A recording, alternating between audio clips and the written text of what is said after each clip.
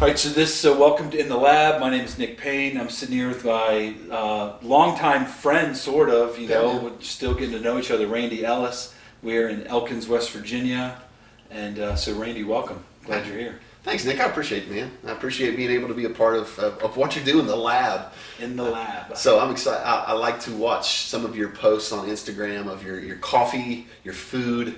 And dude, you kayak like crazy. Dude, every chance we get, we go out and go kayaking. I think it was last year, my wife was a milestone birthday. I'll not say what it was. It's wise. But so she wanted, so she lost her mom last year, and she lost her dad last year, and she lost her grandmother early this year. And so she had a bit of a rough 2019, but so for the milestone birthday that was there, she really wanted a kayak, and so she dug into what she wanted, and she found a moderately priced one, because sometimes they can be pretty salty, dude. And so, but she's, we don't just make snap decisions. Sometimes we do, but when it's a purchase of this, you kind of take your time. And so as people were asking me, what does she want for her birthday? I told them, and I said, donate to the fund.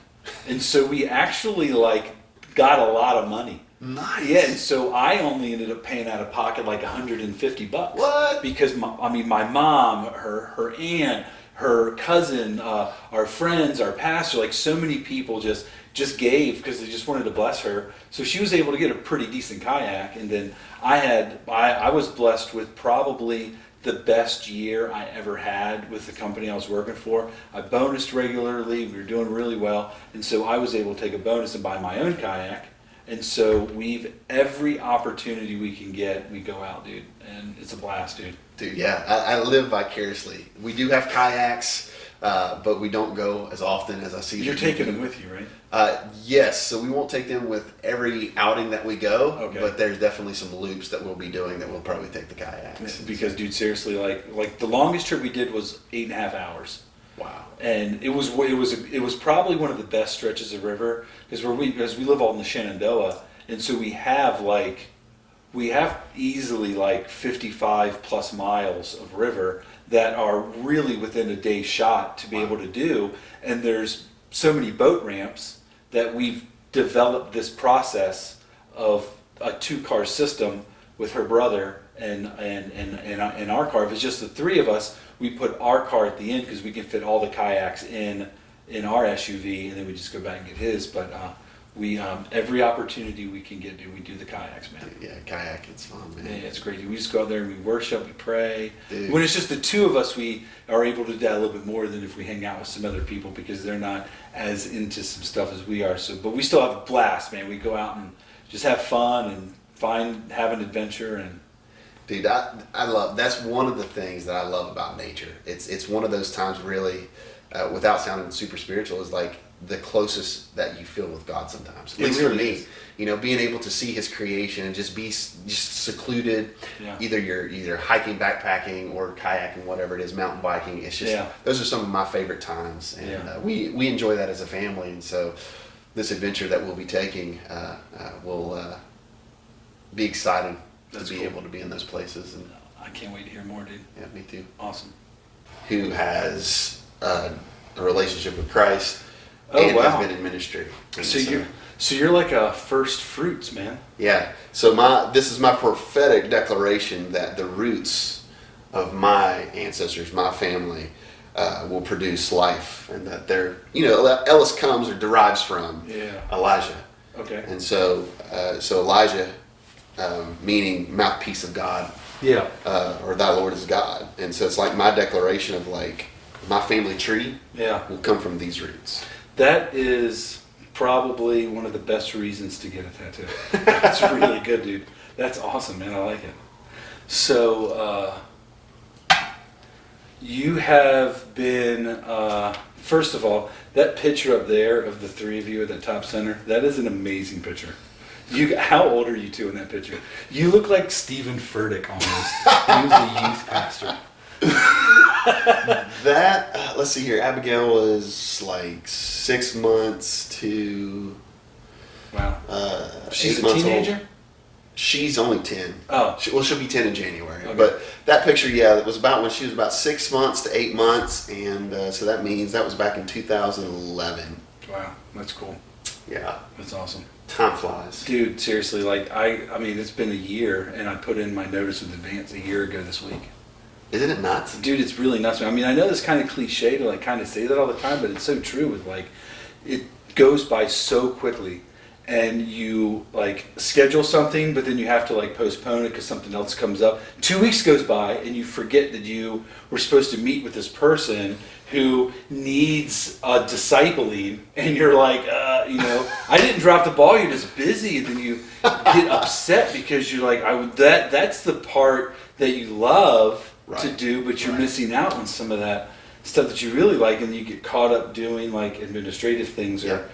One of the other hats you have to wear as a pastor, and it's just tough, dude. Yeah, man. It's a delicate balance when you're in ministry to not make ministry the goal. Yeah. It's like that is a portion, that is a section of it, but the main part of ministry is people. It has to discipling. be. Yeah. And when you get that twisted, like you said, man, you begin to see people and things around you begin to not feel the same. If that makes sense. It almost feels like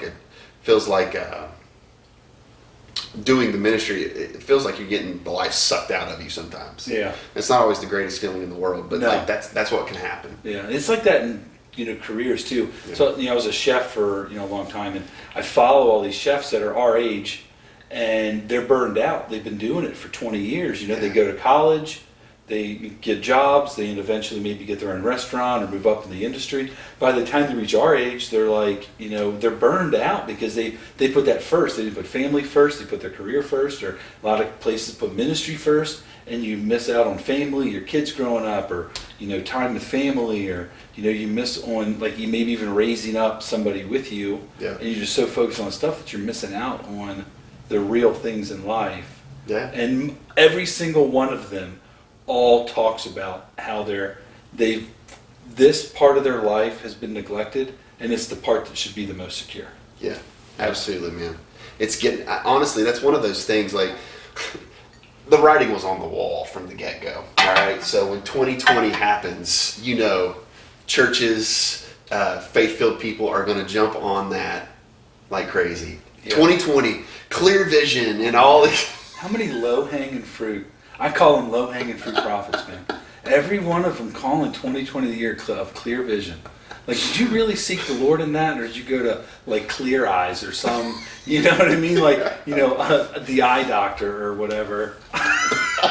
It's one of those, it's like, the writing was on the wall. And, I'm one of those people, too, that, like, again, it's just my opinion, but, like, the T-shirts that have, like, Jesus instead of Reese's and all that stuff like that, I'm just not a fan. Yeah. I'm not a fan. It's very just, I don't know, cheesy. But anyway, the whole 2020, and I thought, here it comes, it's coming. And then boom, COVID hits. I'm like, well, how about that for clear vision? Yeah, really. And that was kind of my attitude towards it. But God kind of convicted me in that, in my attitude towards that, because I began to see something, was that when COVID hit, pandemic happens, people go crazy, everybody's irrational and all this stuff like that. But if you really step back for a second, what it did was it exposed some things that we were just allowing to go by. Yeah. Just like that. Like putting all your time and effort into ministry or work or career or whatever like that, and then all of a sudden your kids, your relationship with your spouse, all these things were just flying by because you were so focused on something else, and so it made everybody just stop. And I think it did bring some clarity and vision to like what is important. Yes. And I think family, one of the most important things, your relationship with your spouse, your kids, your family, extended family, but then also too, like, your community and who you're pouring into, and how are you stewarding the next generation as if you are in ministry, or even if you're not in ministry, like you said, they're cooks. They're going like, I'm burnt out. Yeah. Why were they not raising up young cooks? Yeah. And having a mentorship type program to where when they get old enough, they'll be like, you know what? This kid's doing great. Yeah. You go ahead and you do that. I'm going to step back and observe. Anyway, so that's just my piece on that. No, that's cool, dude. So, We've been recording this whole thing. Are you serious? Yeah. Because I was trying to see how it got started. So I'm going to start it now because I was trying to see how that went. It's cool, man. That's great. So I might even keep this in there. So Randy Ellis Jr. Yes, my man. I appreciate you sitting down and talking today, dude. I really do. And I'm looking forward to just getting to know you more, man. Like taking advantage of this opportunity to be here in Elkins, West Virginia. Yeah, man. Well, it all started from Dove. EMT was the very first time, actually, the first encounter that I ever had. With me was With that you. winter retreat. It was leadership retreat. It was in 2014, I think. Yes. It was 13 or 14. I don't know. How long did it take y'all to get to that place? That was above Williamsport, Pennsylvania. That was deep in the cut of western Pennsylvania, dude. I mean, anything we ever did up with Dove took us at least 4 to 5 hours. And that was just you and Renee that went, I think. Wendy was with us. She was a youth leader with us at the time. Wendy Jones now, it was Phillips, but she was the only leader that we had, and so she came up with us, and that was one of those tests of your relationship, marital relationship, because GPS would cause so much conflict in the car. Dude. And it was so funny because we were having a hard time finding it. Because it's out in the middle of... It was, dude. We're driving down this dirt road, and I mean, I'm just waiting to hear banjos, and Renee's like... You passed banjos a long time ago, didn't you? I felt like that coming here. I passed banjos 45 minutes ago getting out here, dude. Yeah, man. Yeah, but that's how we felt, and like, here we are, we're having this conflict in the car because... she likes to be able to navigate, but I'm like, hey, just listen to the navigation system. And Wendy's in the back going like, what do I do? What do I say? So she's just super quiet. You just sit there and don't say a word. But yeah, man, so that was a really good time. But that was the very first time that I ever remember you because we were getting ready to eat. And somebody was like, who wants to bless the food? And I think that I blessed the food and it was quick. I can't even remember. I think it was like a super quick prayer because that's just how I do it.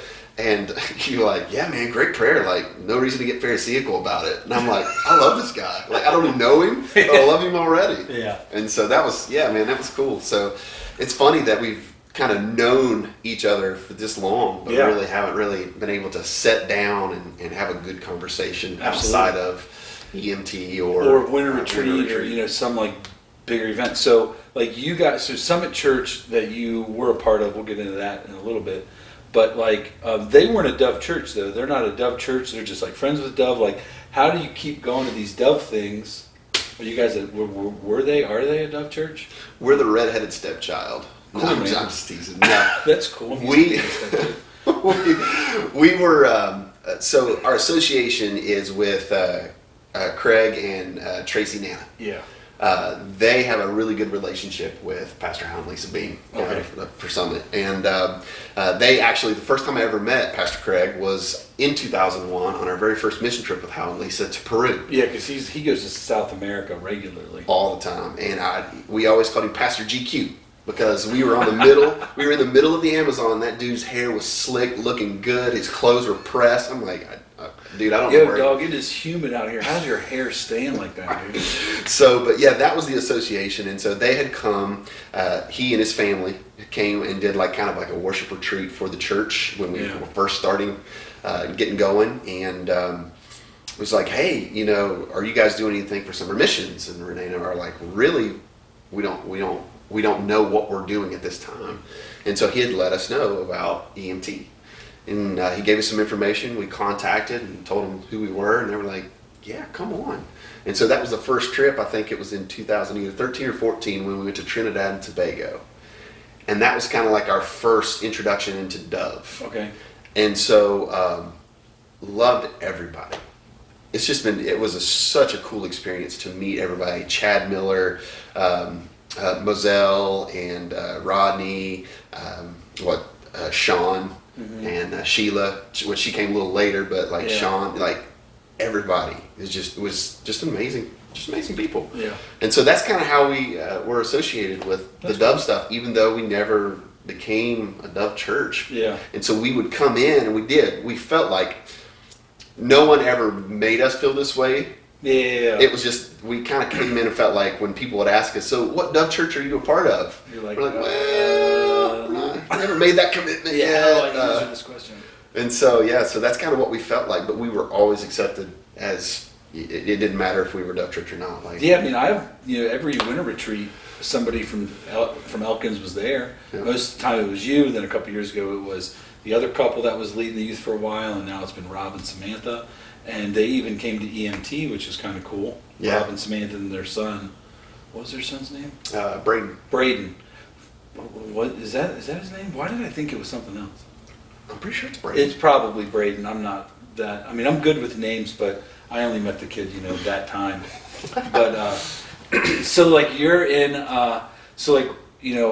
What's going on like with your life right now, man?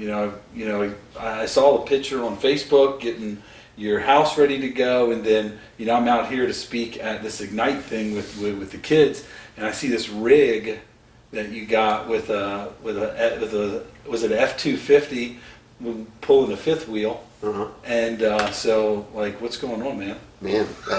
That's a deep question, because the last time we talked was a winter retreat like maybe 2 or 3 years ago. Yeah, I think it was like 2018 or 2017. Now I think we've probably texted back. We texted back and forth, but a face-to-face conversation. Face-to-face conversation was back then, and so a lot has happened since then. Yeah.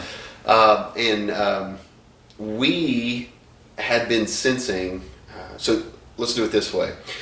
We started pretty much with the conception of Summit Church. So we moved here with Pastor Hannah and Lisa. Yeah, like start plant. It was already going. It was already going. It had suffered a lot of loss, and so we came in, and honestly, it was rehabilitating, restoring what was there. Yeah. And so we came in to be student pastors. We were student pastors for 8.5 years. We had been feeling the transition out of student ministry for a while, but we just didn't know what it was going to look like because there was nothing available to go up to here in Elkins in Summit Church. And so God would eventually open up a door, and we stepped into an executive role. Okay. And so I stepped into the second chair, the executive role, to really help lay down some foundational things, restructure, retool, new systems, all sorts of fun stuff. I say fun. Yeah. You still have all your hair, though. Yeah, man. The only gray you can see is in my beard. And so... just embrace the gray. Don't do the just for men, please, dude. Bro, I'll just... Embrace the gray. I'll embrace the gray. I got one that pokes out right here in the front. Yeah, it doesn't bother me none, man. Embrace the gray, dude. It just shows maturity. Exactly. I think of Sean Connery, Exactly. One day. But anyway, so as I stepped into that role and took on that task, there was about 3 years that I did that, and I started sensing another transition, and again, not knowing what was there because Pastor Hannah and Lisa had not really had talked about leaving, or there was no talks of we're grooming you to step into this role at certain times. Yeah. No plans like that. So it was really kind of in the dark with God. Well, if I'm sensing a transition, what does that even mean? Yeah. And it was honestly, it was a really tough time. It was a really tough time because... And that was that something that they brought up to you, or you're feeling all this like internally? Internally. Like you and your wife are feeling this, and so it's an internal thing, not an external. Yeah, absolutely. It was totally internal. Just in our quiet time, our personal time with God, just him speaking to us in those times, but like not knowing what the direction was. But it was just something that we were feeling. And a lot of people refer to this as the grace is being lifted. Yeah. And sometimes I have trouble with that because sometimes I feel like people use that as like a cop-out. Yes. But I genuinely felt like there is a grace that had been there in that 3 years as an executive pastor, because it completely goes against an executive pastor position, goes completely against anything that my personality has. Like it's organized, it's very structured. I'm not that personality type. I feel you. And so there was a grace I believe that God put upon me in that time for the church to do what was done. And it was all by God in what he did.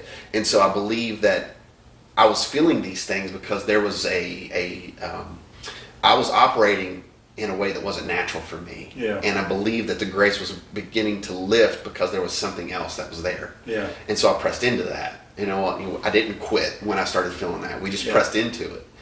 And it was it wasn't until probably, let's see here, it was last September-ish. We had gone to a conference in Southern Pines, North Carolina, just to get refreshing, and it was a discipleship. It was on discipleship, and like I knew that was something that I didn't know much about, hadn't experienced very, very good in my life, and I wanted to know more about it because I see that that's something that the church needs in this season and in this time. Yeah. And so we went there, had a great time. Met the lead pastor, met associate pastors, and all these different people of this church that they were having the conference at. And that was it, man. We came home. Well, it was 2 days later, the senior associate pastor called me and said, "Hey, I got a question. I don't know you from Adam. However, there was something there.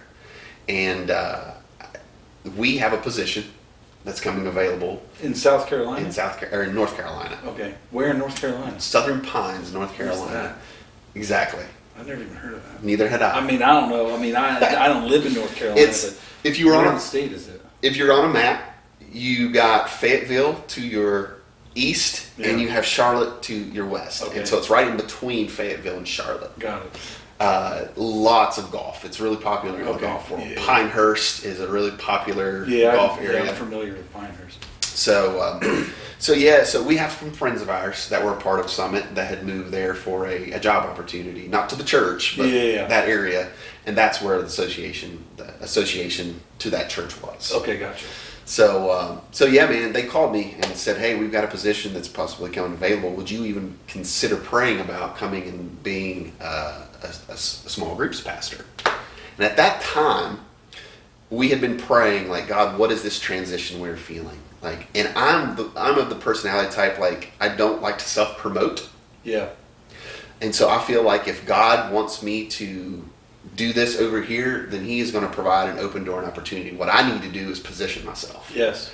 When I position myself, then I'll be able to walk through any door. I didn't open it on my own. Yeah.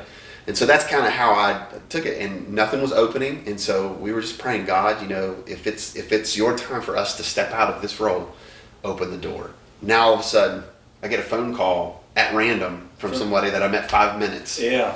I'm thinking, like, God, is this the opportunity? Mm-hmm. And so for about that was in September, it was in December, that through that we were doing interviews and assessments, working up to this process, and we were thinking, like, this is actually the opportunity that we've been waiting for. And it ended up falling through in December. Just came out that they just didn't feel comfortable with moving forward based on my assessments and things like that. What kind of assessments did they do? Yeah, well, you don't have to get into the gritty. No. But I'm just like kind of confused on like what kind of assessments would they even do or have access to, like doing. I don't know. You don't have to get into it. No, man. There's so the larger the churches, the more systems that they're going to have. Like a Myers-Briggs, or very similar to that. Was it a Peter Rock assessment? No, it was. Or Myers-Briggs an assessment. Peter Rock's an assessment that I've taken with corporate America and different things. But yes. So it's similar to those things. Okay. I forgot. It was Caliber, I believe, was one of the assessments. Caliber. Trying to just like identify your gifting. Giftings, strengths, things like Okay. that. See, is your personality a fit for this position? Yeah. And so honestly, like, I was stressed. I was stressed in that time. There was a lot of things going on at the church, like internally, that I was kind of, trying to work through and process through, because again, like I said, as the executive pastor, there was a lot of things that God directed me to ask tough questions that forced us all to look and go, why have we been doing this? Yeah. Can we do it better? And there were tough questions. There were things that people didn't want to let go of. There were certain mindsets that were hard to change. And so there's just a lot of external stress from the internal workings of church. Yeah. And so I was taking these assessments, and I was just, stressing with these assessments. And then all of a sudden they're like, you know what, honestly, we don't think that you're the person for this particular job. And it was a huge blow. Yeah, dude. It was a huge blow. Dealing with rejection's tough, dude, regardless of where it's from. I thought, God, I've been doing this. We had been in ministry, like vocational ministry, bivocational, vocational for 10 and a half years at this point. And I'm like, God, what else do I have? Yeah, you're not a rookie. I feel like you're transitioning me out, but yet now I thought that this was the door that you were opening, and now it's not. And so I feel like it's been shut in my face. And so I was wrestling with that and wrestling and praying through that. And, I just really felt like, you know what? God is the one who opens doors. God's the one that shuts those doors. And I just trust that the reason that this was shut is because he shut it. But in that time, and the reason I go down that, because you'd asked me, the question was, what is up in your life? Yeah, I mean, that's the long road to get there, but that's still the road, dude. Regardless of how long the road is. That's part of being a pastor, man. When we talk, right? Yeah. I talk. And so, so we find ourselves at this place where, like, if this doesn't work, this was before we knew that it wasn't going to work. If this doesn't work, what is our plan B? Yeah. Because we still feel like there's a transition. Mm-hmm. I cannot continue to move forward as an executive pastor and honestly be sane. And I say that, and it's in no, it's not a reflection on anybody other than myself, but I was just in a place spiritually and emotionally and physically, like I just was not myself, because I was, the things that I was trying to do, such as restructure finances and things like that, there were things that I just knew nothing about and stressed me out to the max. And so I just wasn't good for anybody at that time. Yeah. And so I needed a break. I needed a refreshing. And so it was just like, if this doesn't work, if this doesn't work at this church, I know that I can't continue doing what I'm doing here at Summit. Yeah. And so we started just to dream. Like, okay, let's do it. What if? We started talking. We've always loved to travel, and we've always wanted to buy an RV, and we've always wanted to travel. And so it was like, well, what if we sold everything? Right? We're dreaming. Yeah, absolutely. What if we sold everything, bought an RV, packed everything else that we couldn't pack with us into a storage that we need, that we don't want to get rid of, and we traveled the U.S. for a year. Yeah. See all the things that we would never get to see, that most people will never get to see in their life. Like, why don't we do that? You can homeschool your kid. Homeschool our kid. Yeah. No, that doesn't scare us. Absolutely not. It's one of those things of like, what if? Yeah. And so when we found out that door was shutting with that end of that church, we looked at each other and went, are we going to seriously pray about this? Yeah. And at that point we were like, yeah, let's do it. Let's seriously consider this in prayer. And so we took about a month or so to fast and pray and see God's face in this. Talk to some people that were removed from our current circle within the church, because again, they're connected to that, and so I didn't want there to be an emotional connection attached to what they're praying for. Does that make sense? No, absolutely, yeah. So people outside who have a neutral stance but still hear from the Holy Spirit and can guide and direct us. And so we begin to have those conversations. And it was about in January, the end of January, 1st of February, that we felt the green light of 2020 to go ahead and move forward with this. Wow. And so right now we are in the process of closing on our house that we've lived in for about 5 years now. And we have purchased a 38-foot fifth wheel camper. Nice, dude. That's a beast, man. It is a beast. Bigger than I anticipated. Yeah, that's a pretty long. It's as long as your house, dude. Pretty much. And we didn't have anything to tow a fifth wheel camper. Yeah. You need a beast of a diesel, so I needed a truck, and so we decided after research on a diesel truck. So that's another story I could spend time on how we got the truck, because that was another source of tension. Those things are pricey, dog. Diesel trucks hold their value so much. Exactly. And to have what we needed and me be comfortable with it to drag us all the way across the U.S. Yeah. Like, I was pulling from a very small pond. Yeah. Are you mechanical? I am mechanical on the surface. I mean, I know you do woodworking. I've seen you do home remodeling and stuff. Yeah. So, changing oil, changing brakes, changing things like that, I can do. I can diagnose and change, no worries. But we're talking about diesel engines. I've never had experience with diesel engines. Yeah.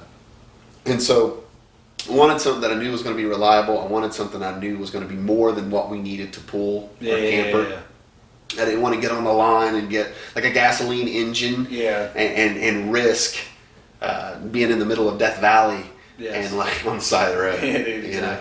And so it's one of those things like, so we found the truck finally about 3 weeks ago. Oh, wow.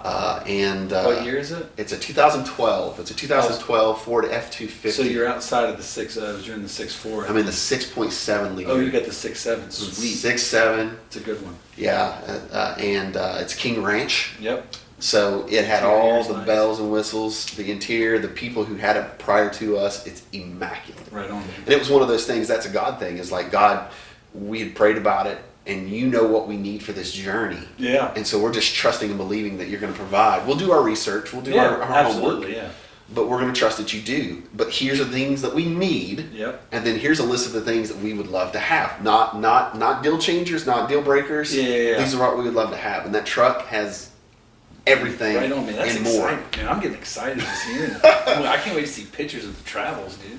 Dude, I'm excited about it, man. And so that's one of the things that we're going to do. So what is in the future for us? We don't know. Yeah. But what we do know is God has allowed us the opportunity to do this. Yeah. And so we are going to take this journey as a family for a year and really just experience God's creation, experience new people, new communities, new cultures. Y'all better come to the Shenandoah Valley. You know, we're not that far away, man. I love the Shenandoah Valley. We actually spent just a little bit of time somewhere in the Shenandoah Valley that has yurts. Do they have that there? Is that the glamping thing? So it would be considered glamping, but so Blue Green Resorts is a timeshare that we got sucked into. Oh man. Okay, no offense to anybody who owns Blue Green or anything like that. Like it was just one of those things. We're in Gatlinburg. Oh man. And like the people on the corner, on that thing. they were like, "Hey, how would you like $100 gift card?" And we kind of stopped. And the next thing you know, we had like a free steak dinner and everything, but they just needed an hour of our time. Yeah, dude. Next thing you know, you bought timeshare. That's terrible. But that was not a spirit-led decision. Yeah, so yurts in the Shenandoah Valley. Yurts in the Shenandoah Valley, man. And yurts, most certainly, I would say is an experience. So, is it like glamping? Is it like the canvas, like... Yeah, dude, so it's like a tent. It's like a tent. It's just a big, huge, round tent. Yeah. So you have all the same things. You can hear your neighbors can hear you. Yeah. All these different things about a tent. But you have a coffee maker. But you walk in, dude. It's got full kitchen, it's like a full hotel bath. room. Yeah, it was gorgeous. Where in the our pastor's daughter, her and her husband did travel. He did travel MRI tech, and she was working for one of those dietitian places where it's like I call it a pyramid scheme, but it's like multi-level marketing, something like that. Yeah, and so they're traveling the country. They were in California, I think like Billings, Montana, and somewhere else, and they got to do that a few times, and they absolutely loved it. But I didn't think it was in Shenandoah Valley. I got to look into that. There is a place, and it's right. It's probably 30 minutes outside of what's the big college town. James Madison is it's a D2 school, but that's in Harrisonburg. Okay, well, and then Harrisonburg. up north is in Winchester is Shenandoah University, which that's like a D3 school. But that's cool. But yeah, man. So we really enjoy the Shenandoah Valley. So yeah, man, we would love to experience everything that the U.S. has to offer. Yeah. In that year. Yeah, man. Go out to Flagstaff. Go out to Colorado. Dude, I want to see west. The furthest west that we've ever been is, at least that I've ever seen and stayed in, is Texas, Dallas, Texas. Yeah, I think if you get out to Texas and then Colorado, man, I don't think you're coming back, dude. You're gonna get out there and be like, dude, the deer are larger. Yeah, man. The mountains are bigger. The air seems cooler. Yeah, man. I'm excited to see those things. Yeah, dude. That's pretty awesome. So, does your wife work? Or that's a good question. I was like, because this sounds like dreaming's one thing, but practically, I mean, you can sell your house, but you're still paying off a mortgage. You might have some equity built up, but you still have a mortgage that you got to pay off. So you're not walking away free and clear on some things. But no, yeah, man. So that's one of the things that God has blessed us with. Every house that we've purchased since we've been married is that each house we've been able to buy in a good location at a good price, so much so that when we walk away, there's profit associated with Sweet. it. even in the middle of the 2018 recession. I mean, 2009 is when we moved back to West Virginia to be student pastors. Everything tanked, and we were the 4th house on our actual block to go on the market. Last one out of 4 to go on the market, and the first one to sell and make profit. Oh, wow. And so, a total God thing. Absolutely. And so, the same thing with the house, the very first house that we moved into when we moved to Elkins, was afforded us the opportunity to be in this house, which this house in particular is in a subdivision in this area that is known to be very popular and sought after. Yeah, well, you got river access. So. Yeah, kayak, that's where we kayak a lot and things like that, and fish. And so it's one of those things like this has afforded us the opportunity that's right on, to sell out and still walk away with some money that will enable us to take some of this journey, but also have something that will help us in our next purchase when we finally figure out where we're going to be. Yeah, that's cool. But with that, my wife has worked, she is a biologist. That is her degree. Cool. She works for a consulting firm who does roadways, wetland reconstructions, things like that out in Oklahoma. Okay. And so when we were going out to school, when we were out in Oklahoma for school, that's where she started working. Okay. And when we moved back to West Virginia, they afforded her the opportunity to work remotely. Oh, wow. So she's been doing that for a long time. Long time. And so when they need her, she flies out and does her field work, and then comes back, writes her reports, and does everything else. And so we'll do the exact same thing. Nothing will change. Yeah. So wherever we are, if they need her in Oklahoma, we'll either pack up the house and drag it to Oklahoma. I'm thinking of so many bad references from National Lampoon's Christmas. Yeah, man. I've got to get one of those short white roads, you man. need to. Short white road. Cousin Eddie is parking it. That looks real good in the driveway, Clark. So our friends who live in North Carolina, I've thought that because they're always like, make sure you stop by anytime. And so I want to get. Please do that. I will. I'll send you pictures when I find it. That is great, dude. That is on my list. But oh my goodness, that's wonderful. But yeah, man. So she'll work remotely. The internet thing will be touchy. Spotty, yeah. But we've done a lot of research in that, and we see that mobile high-speed internet is probably our best and most viable option. Yeah. And so that's what we'll do. I have plans to do a blog site, which we kind of talked about, hit on previously. Yeah. That we're getting ready to launch and start. It's funny that you would, like I said, ask me to be on your podcast because I'll probably be calling you up, going, "Hey, man, Nick, I'd like for you to be on my podcast." I'd love to do it. So we'll do a blog site. We'll probably do a YouTube channel, a podcast. To help stay connected to our family members and our people, the church community here that we've known for 10.5 years, so we can stay connected, because a lot of them are the response has been more so towards, we are super excited about the opportunity that you guys have, and we're excited to see what God has for you. There's been a very small percentage of people that have been like, are you sure you want to do this? Are you sure that this is the right move? And my response to them is like, I think so. Yeah, those aren't risk takers, I guess. Yeah, it's like, I feel like this is something that God has allowed us to do, and so I just have to trust in that. Yeah. And you're right. It's one of those things like risk takers. I'm not a risk taker. And so this for me is taking a risk. Big risk, man. So it's just trusting and stepping out there and going, God, I trust that this is what you're asking us or calling us to do for the season, and so we're going to do it, and we're going to trust you. There's a big country out there in front of you guys, man.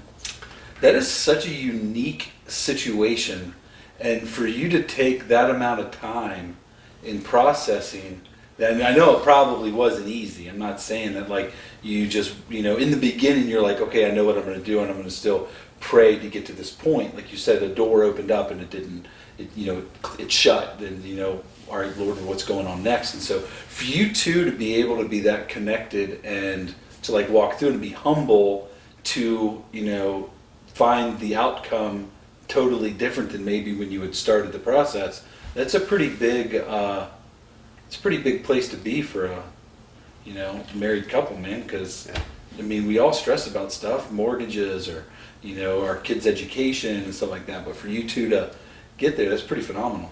Yeah, man, it's been huge. It's been one of the most challenging. Yeah, we're gonna pause real quick. Pause it, dude. Oh, it's super dark. Yeah, it got really dark. Moved. Yeah, dude. I'll edit that out. Yeah, man.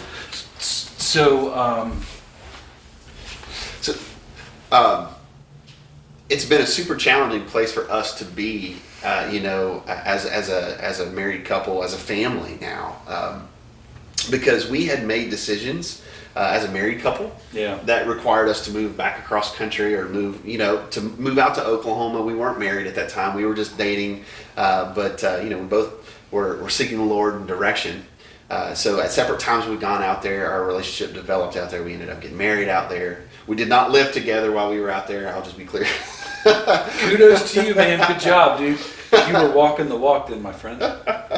So we tried to do things right by that way, and we got married out there, stayed out there, and then as a married couple made the decision to move back here to Elkins. Yeah. And so we're not new to following God in these seemingly big moves, big steps of faith. And so, but now having almost a 10-year-old, that's a part of this mix that adds another dimension. And what does she think about all of this? Like, is she already homeschooled, or does she go to a private or public school?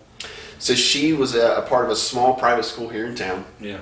That did the Abeka curriculum, and so that's where she's been since pre-K. So she's got friends. She has friends. So small private school. She's got like 4 friends that she. Yeah, I mean, but she still has friends. She's got friends. So what does she think about all of this? So here's the thing: being 10 years old, you don't process like an adult does. No, absolutely not. And so right now, there is this excitement that she's feeling because mom and dad are excited. And mom and dad has brought her into the decision making. Yeah. And so we pulled her in and said, Mom and Dad are praying about doing this as a family. Like, what are your thoughts?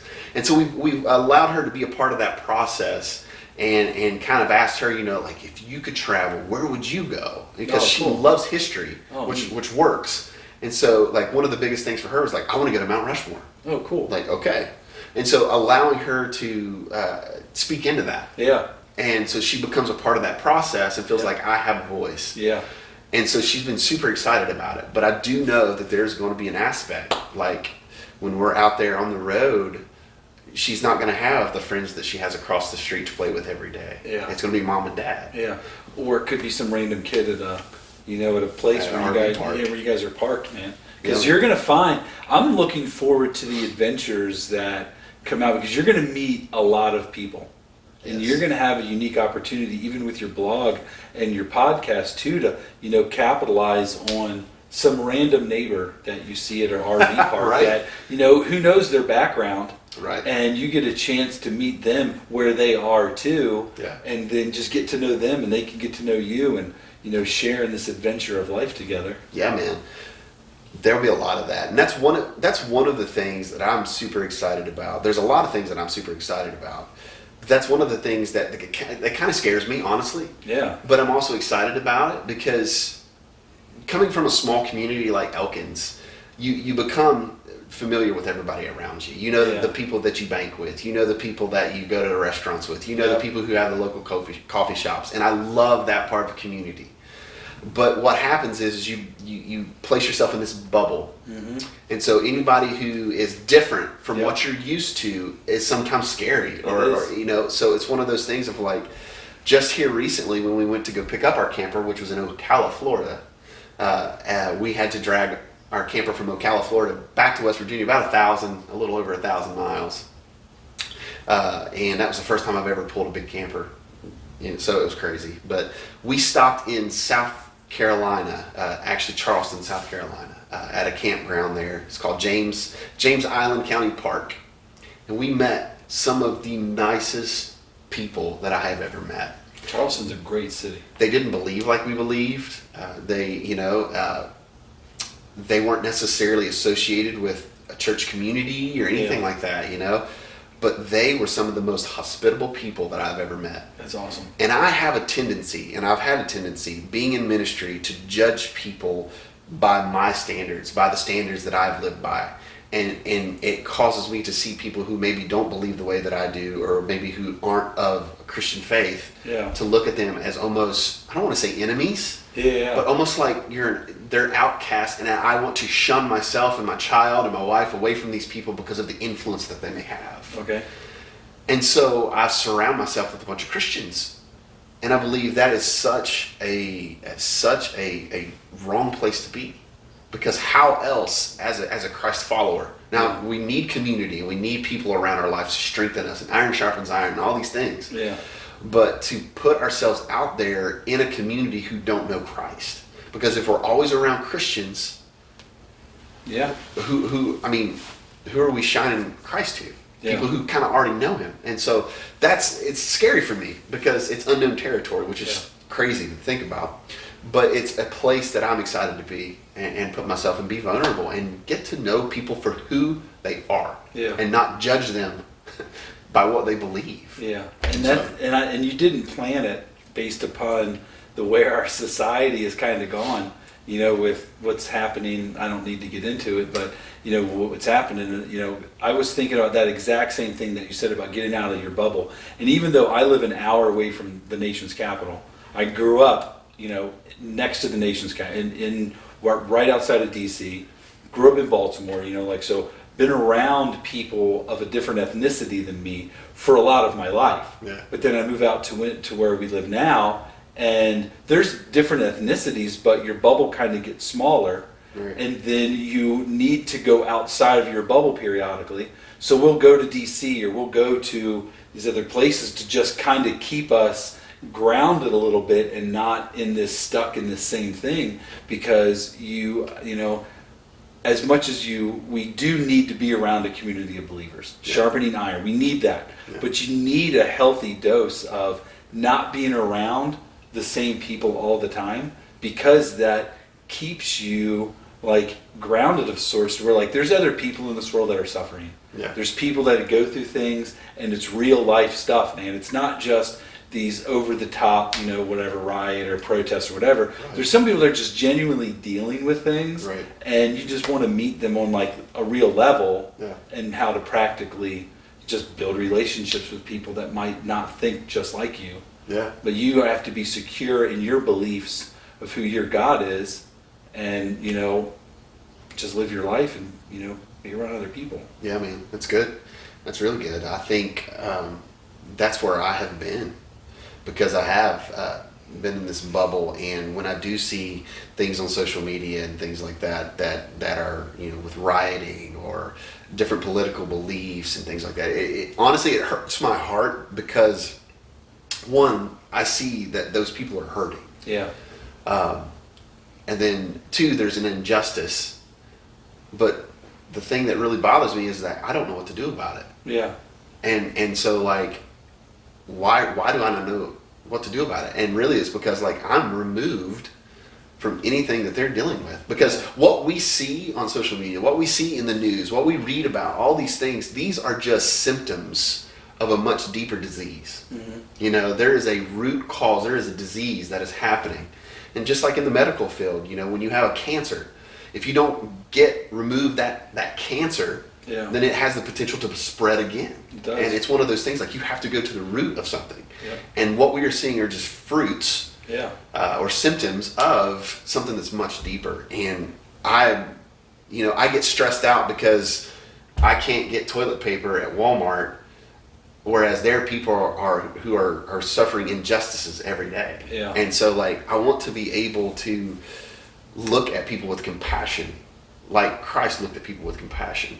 That's something that I feel like it's crazy to me that I've been in ministry for, again, here in Elkins for 10 and a half years, almost 11 years. It was 11 years in July. And I'm just now studying the life of Jesus in such a way to see how he met people where they were at. And he was full of both grace and truth. And so he could come into a situation where there is a woman who had been caught in adultery, or there's a tax collector who had been stealing and robbing from his own people, and look at them and go, I see you. I don't see what you are doing, I see you. I don't condone what you're doing because the reason I don't condone what you're doing is because it's going to kill you. Yeah. But, whether that's spiritually, whether that's, physically, like, it is not good for you. That is not why I'm here.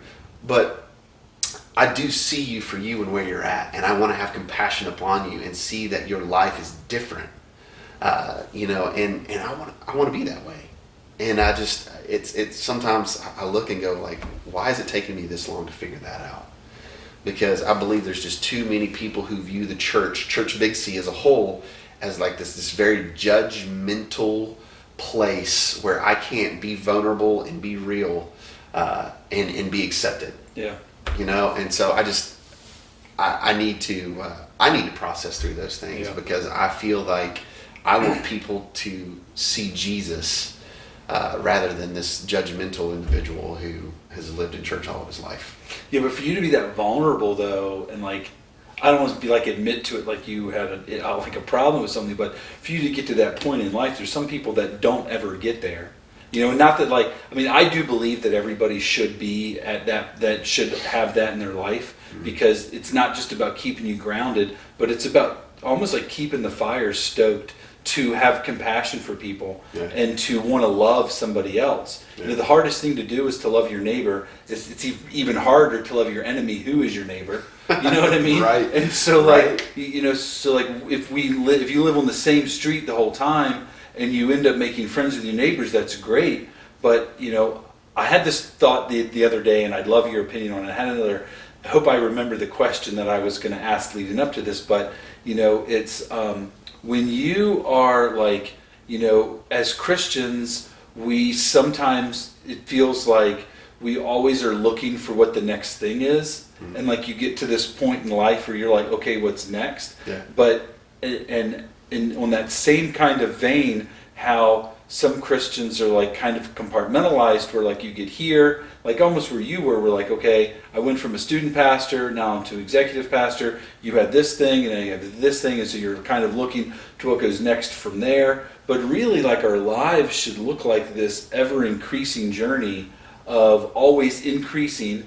It's sometimes the incline might only be a little bit, sometimes it's a little more steep, but so where we go as believers is always going up. And so we meet opposition when that happens, because you're learning something new, or somebody else who might have the job that you once did and they're still there are kind of not treating you the best way.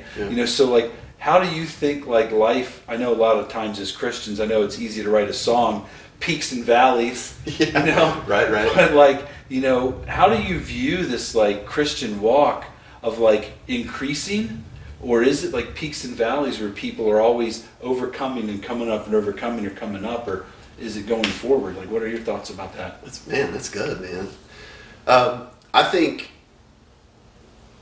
believe that there are peaks and valleys in our life. That's nature. Because we see it in Scripture. There's so many references to being in the valley, and there's so many references to being on top at a higher place, and so it's one of those things that I believe that we experience. But I think here's the difference, because we often associate it I'm just in this valley, and it's just a really tough time, and I'm just such a dark place, and oh man, I'm on this mountaintop, man. I'm just high on life, loving life and everything like that. Oh, but I'm back down in this valley. And so I believe there are peaks and valleys, but I think the goal is, regardless if we're at a peak or in a valley, our countenance, our attitude, our mindset should be a steady incline, drawing closer to Christ. That's good. Because even in the valleys, He provides. Yeah. You know what I mean? And so even in the desert, He provides. And so when we're in those peaks and valleys, whether it's a new opportunity in our life, whether it's something that's unknown, whether it's a hardship, it's a loss, whatever it is, in that valley, we should always be striving to draw closer to God, because it is Him who provides everything that we need, no matter where we are. Yeah. Because we have a tendency, a propensity, whatever you want to call it, when we're on the mountaintop, to think everything's okay. Yeah. And we almost lose sight that we still need God. Yeah. Almost like we've arrived. Look what we've achieved. Yeah. And it has nothing to do with that. Whether you're on the mountaintop or whether you're in the valley, he is everything that we need. Yeah.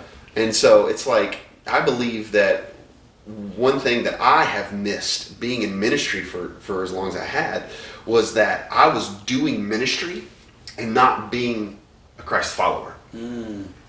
And so what I have done for, one of the things that God spoke to me before we started down this kind of road of praying about what this new transition in season looks like is that sometimes you need to take a step back before you can take a step forward. Yes. And I had no clue what that meant for the longest time. And then all of a sudden things began to happen, and there were multiple opportunities for me to take a step back. Whether it was in my personal walk with Christ to reevaluate my life and some things that was going on in my life, whether it was ministry, we were executive pastors. We stepped back into the youth pastor role for a season before Pastor Rob and Samantha stepped in. And so I was kind of back into student ministry, and then all of a sudden, I feel like, I'm taking a step back from an executive pastor to travel. Yeah. I'm no longer, like you said, we often in ministry think okay, I'm going to be a student pastor, and student pastor is the step to get to the next pastoral role, and then that, and then eventually it's going to be the lead pastor, and after I'm a lead pastor, I'm going to travel around and be an evangelist and help other churches. Yeah. It's like this stair step. But that was one of the things, I thought that that's where I was going, but I got to this point where I don't care if this is what you don't have for me. Yeah. What I care about is my relationship with you. And so taking this time to heal, to restore, to really seek God and lean on him with this journey is what it's all about, both Renee and myself. I know originally you had asked the question, these are some really big things that you're doing, and it puts a lot of stress on your relationship. And there's been some times of stress, but one of the things that Renee and I have always done is we've always prayed and sought confirmation from God from one another and just worked through it, processed through it as a couple. What are you feeling? Yeah. And then pray about it together. And we never want to do something that the other one doesn't want to do or doesn't feel comfortable doing. And so we feel like if God's calling us somewhere, he's calling us together as a family. Yes, absolutely. And so in doing that, we're just both super excited, but we realize too that it's going to be some challenge. There's going to be some challenges, but we both are in this place where we want to be, in a place walking with God to where we are able to do whatever and be okay with it and be steady and steadfast and not find ourselves stressed out and depressed in the valleys. Yeah. To know that God, he's given us strength, and he's given us light, he's given us water to drink and bread to eat, even in the valleys. Yeah. And so that's good, man. That's good. Because David, we can read Psalms and read David's relationship, and we always do, and we see this kind of this up and down move, but you don't really truly understand the internal suffering that he's going through. And that's something that I've actually been studying out in scripture over the last couple of weeks, and it's not going to stop for a while, and that's what is suffering and internally and externally, but how much there's almost more internal suffering sometimes than we let out. We kind of can hide these things pretty well. Even Paul, when you read his letters, the oldest letter or the youngest letter, the older in his life he wrote it, he becomes a slave to Christ. He moves from bondservant to slave. And so his mindset's changing. It's still the same concept, but some harsher language, because he knows that he can't stop what he's doing. Yeah. Because he's a slave. He's moved from a bondservant who is kind of a guest in the house to a slave is required help. You know what I mean? It's a little different. And so our mentality grows over time and changes as we can kind of try to loose some things and try to bind a few things, but yet we still find ourselves the older we get, the more sold out we should be becoming with Christ, because it is like Galatians with 2:20, it's no longer I who live, but Christ lives in me. That should be your mantra of life. That's the first and foremost.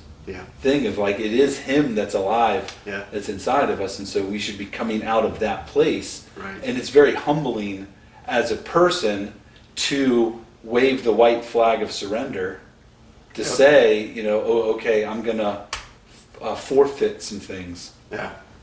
Whether it's a amenity of living in a comfortable air-conditioned house, and traveling, smelling diesel sometimes, and you know, living with the same two people, even though, you know, your family looks beautiful, man. I mean, you and your wife and your daughter, man, you guys just look great, dude. So I mean, you know, so you know, at least you get to hang out with people you like, right, and you're not doing a DTS with some total strangers for YWAM in, you know, a not so beautiful locale. Yeah, man. Yeah, that's cool. We realized that the camper is big. Yeah, no, it's 38 feet, dog. But those will become cramped. Oh yeah. After a while. But it's one of those things too. Like I'm a personality type where like I just have to do it. Yeah. You know what I mean? No, so I'm like not if sure. I think about it, and I will psych myself out. I mean, it goes back to when I was a teenager in high school. Me and my buddies, we would go to Summersville Lake, which if you've never been to Summersville Lake, it's absolutely gorgeous. I highly recommend it. But the cliff jumping, great there. Okay. There's this one particular place called Long's Point. Long's Point has some of the highest cliffs around Summersville.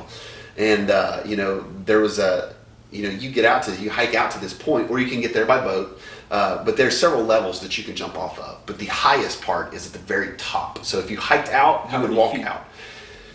That's the thing. Like, we think that it's somewhere around 90. That's pretty high, dude. Super high.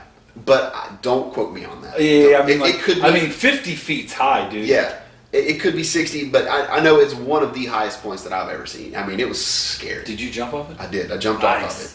It was one of those things, like we started with the low stuff, right? Yeah, working. And so me and my buddies, we were like, yeah, we're going to go to the top. We're going to do this. We are going to do this. And by this time, we've had a crowd of boats crowding around. And we're either thinking like, yeah, we're rock stars, or like they're saying, those idiots are ready to jump. We want to watch. The fine line between complete fools. And so we get up to the top, man, and my one friend, he would run up and stop and look over and like, I don't know, he would psych himself out. Yeah. And I looked and I went like, I'm going to do the exact same thing.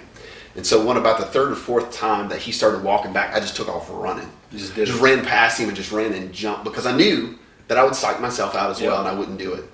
And so that's the way that I feel about this in particular. Again, I'm not a risk taker because there's such a mental game associated with, I believe, certain risks like this. Yeah. Selling everything and not knowing what the future holds. Like, that's just risky. My parents have never done it. Her parents have never done it. They're very savings fund, savings accounts and compound interest and all these things. And so it's one of those things like, this is risky for me.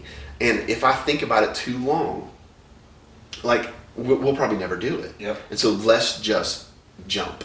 At least you guys went for the 38 foot and the truck, because what we've been talking about is just getting a Volkswagen van again. Yes, man. And just the two of us. Dude. If the dog's still around, the dog he's only 6, so he'll probably be here for a few more years. You know, we didn't think he was going to have a long life because he had a rough childhood as a puppy, parvo, and he got really sick and bunch of stuff. But he made it through. But so like we were thinking the van again, and kayak racks on the top, bikes on the back.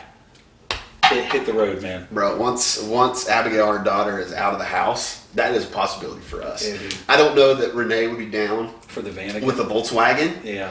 But you could do like a they're Dodge like, Dart, or not yeah, a Dodge like a- Dart, like- the Sprinter vans. Yep, all like a Mercedes decked out. or a Sprinter. Yeah.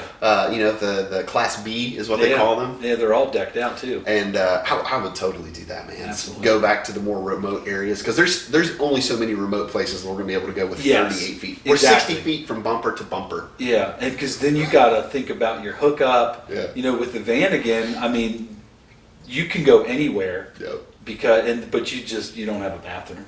Yeah, man. You just have to be cautious about where you're going to use some facilities. Bro, You can make it happen. bathrooms are modern, man. People lived years without them. Yeah, that's true. Anyway. That's true, man. So yeah, so like just this like journey of life, man, is really interesting. That like you're so willing to like do all these things. So like it was when I first got here, you were sharing a little bit about some like missions trips that you've gone on as when you were really young. And do you think any of those adventures maybe kind of like shaped your mindset or like some view of maybe a little more willingness to do something like this by going to how many countries have you been to do missions? Let's see here. I would say 5 or 6 different countries, I think, is all that we've been in. I mean, that's still it's a good number. Yeah.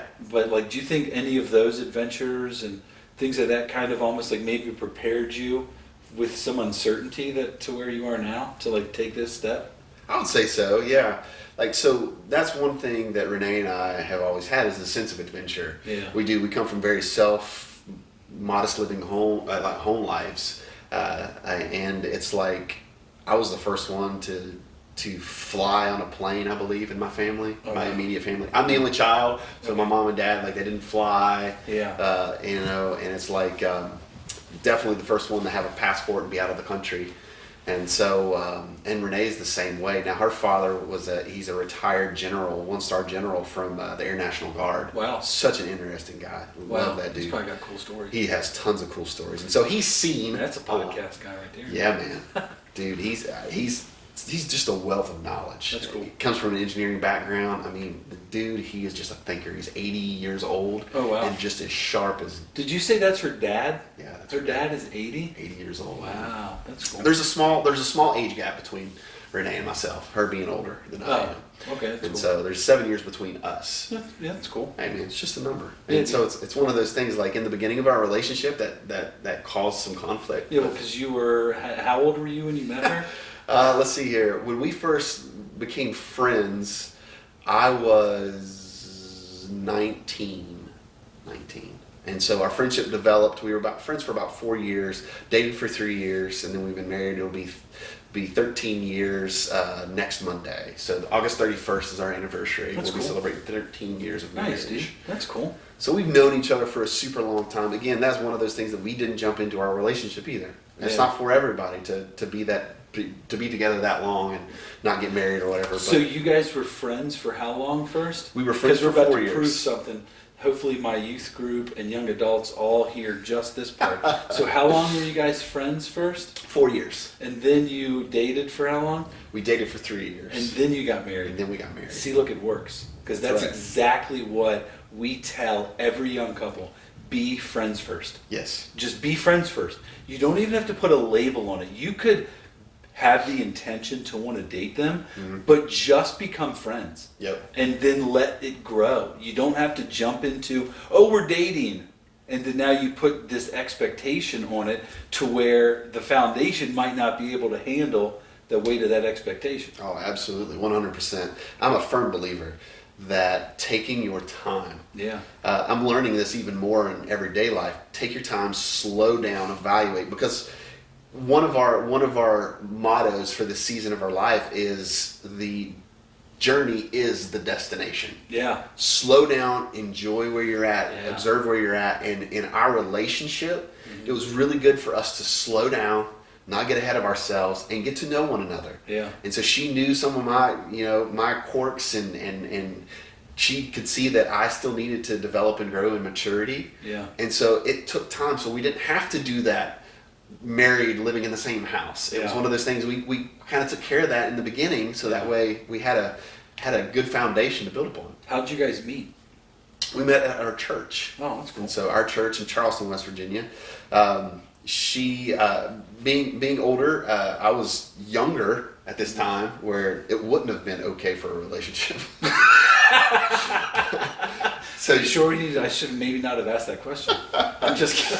So it was just me, I was young, and so I would notice her, as a woman, and she actually helped and volunteered in the kids ministry at the time. And so as I got older, and I was actually a youth leader in our youth ministry, she came over to be a youth leader as well. Okay. And so that's where things begin to develop, because we begin to be around each other more as leaders. Yeah, it's good. And so and still even after that, like I said, I was nowhere in any place to be in a relationship. Super immature, still needed to grow in my walk with Christ.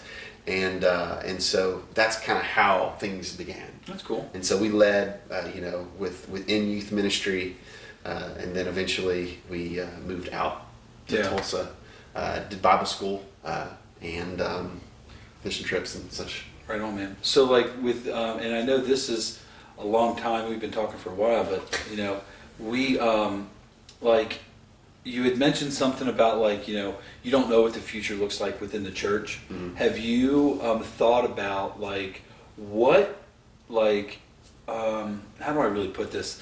Like the structure of how we have kind of developed churches can be kind of tough for some people, mm-hmm. To like try to live within these boundaries of how we develop church. Have you thought about like what church, because you had to do some of the executive side of it, like problem solving or implementing different things. Have you thought about like how you could like have a different perspective on planning a church and not doing it like a traditional, you have a church or you have this, you meet on Sundays, or could you do a house church? Could you do like a micro church or something else that, because where you and your wife and your daughter meet somebody at a park somewhere who's, maybe a believer, maybe not, you guys get together, have a Bible study, you got church going on. Yeah. So like, have you thought about like what the future might look like at all with church? Yeah, man. Yeah, I think that's a great question. I think I have seen through the years of being in ministry how there are things that I think we may have created as man that shouldn't necessarily be of importance. Yeah. And I'll unpack that a little bit. I think one of the biggest things that we should focus on as churches is community and people and discipleship. I think that's one of the areas that we haven't done a very good job intentionally with, because discipleship is intentional. Discipleship is not something that is willy-nilly, it just happens. Yeah. By association. No, discipleship is very intentional. You look in the Gospels, you see that Jesus was very intentional about discipling the next generation that would take the church as we know it. And so it's one of those things, you go back and you study a lot of the early church, and sorry, rabbit trail. I've heard someone say this and I thought that it was so profound. But it's one of those things that they say that if Jesus was living in today's society, he would not be qualified for to be on staff at some churches because of the requirements. I know, it's true. I believe it. And so, do I believe that there needs to be a maturity? He might not even be welcome at church. No. And so it's one of those things like, is there a certain maturity that we need to be as leaders within the church? Yeah, I mean, Paul tells Timothy that. It's written in Titus. There's all these different places where leadership is written and is necessary, but I think we've made it something that it shouldn't be. And so to say all that, to say like, I believe that there's more simple form of church that we could see happen as we progress forward into the times that we are living in, that I think would be more effective than what we have in the past. Not that things haven't been effective in the past. I'm not saying that that's old hat, but I'm saying that as we're progressing forward, I believe that there is a generation of people who are rallying around community more. They're rallying around the idea of mentorship and discipleship, but they don't even know what it's called. And so what I've done, and one of the things that really helped us as a church, is God downloaded something into me as I was reading a book called Simple Church. Mm-hmm. Simple Church, Tom Reiner, I believe is his name, Lifeway, the CEO of Lifeway. And he had a co-author. Simple Church. As I was reading that book, God downloaded to me 3 things that I've tried to model what Summit does in my own life out of, and what I think God has plans for in the future for us as we either consult for churches or as we plant a church, whatever it is, I don't know. But it's 3 simple things, and that's connect, grow, serve. You hear that, you go to a lot of your more modernized churches, they're going to have some form of 3 or 4 different words that kind of gear towards how they assimilate people. Yes. I think connect, grow, serve goes a little deeper than assimilation. Because if you really look in Scripture, first and foremost, we were created to connect. Connect with the creator of heaven and earth. When he created Adam and Eve, he and they were connected. They did life together. He came down and lived among them. They walked with him. Yeah. We were created for connection. Two is to grow. That out of that connection, there is a growth that begins to happen. You know, when you begin to grow, you begin to discover your identity, who you are in Christ, who He has created you to be. As you're growing, and you should be growing, you begin to understand more purpose and destiny. Out of that, you can begin to serve. And I'm not saying that you can't serve while you're growing, but I'm saying that out of that natural progression, when you're growing in Christ, is a need to serve those around you. Whether you're serving, you know, in a food pantry capacity, or whether you're serving within your church as a greeter, whatever it is, there is this thing within you that says, I want to do something outside of myself. Mm-hmm. And so I believe that we can simplify our discipleship process and how we view church, whether that's a micro church, whether that is actually a stick church, you know, that you're meeting in a church building, whatever it is, that you can have connect, you can have growth, and you can have serve. And those will help us simplify and build a foundation that true discipleship can happen. That's cool. And so that's kind of my thought on that one. Right on, man. Well, I definitely look forward to seeing what comes out of this next season, dude, and hearing you in like a couple months. So actually, when is the D-Day of sorts to where you depart? Man, that is a good question. That's $1 million question. But what we're waiting on right now is the closing on the house. Yeah. As soon as it closes, and we don't have an actual date yet because we're waiting on an appraisal. Yeah. Typically, once the appraisal's done, they can set a close date. Yeah. And so we're hoping, and we've heard, that there's a possibility around the middle of September. That's cool. So anywhere from the middle of September to the 1st of October will be kind of our launch, our D-Day, is what we're thinking. That's cool. Yeah.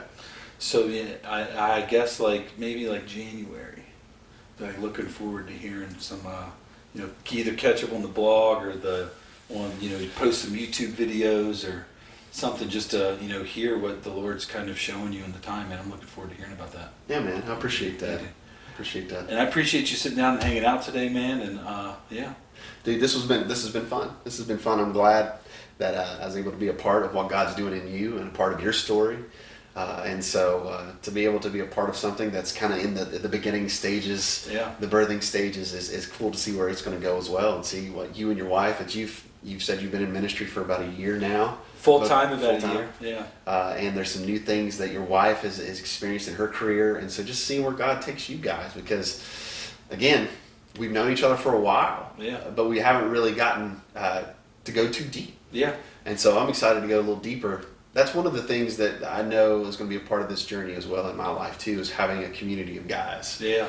To be that accountability, since I won't have that constant community, being a part of something that is here in a city, and will constantly be moving, is to be able to Zoom, to talk, to text, whatever like that, and have that accountability, but also have that prayer support and just community. And I think there's always been a connection between you and I. And so I'm excited to see where that goes as well as we're on this journey. Yeah, dude. Well, right on, man. Well, thanks for coming. Thanks for watching in the lab. We'll see you next time, guys.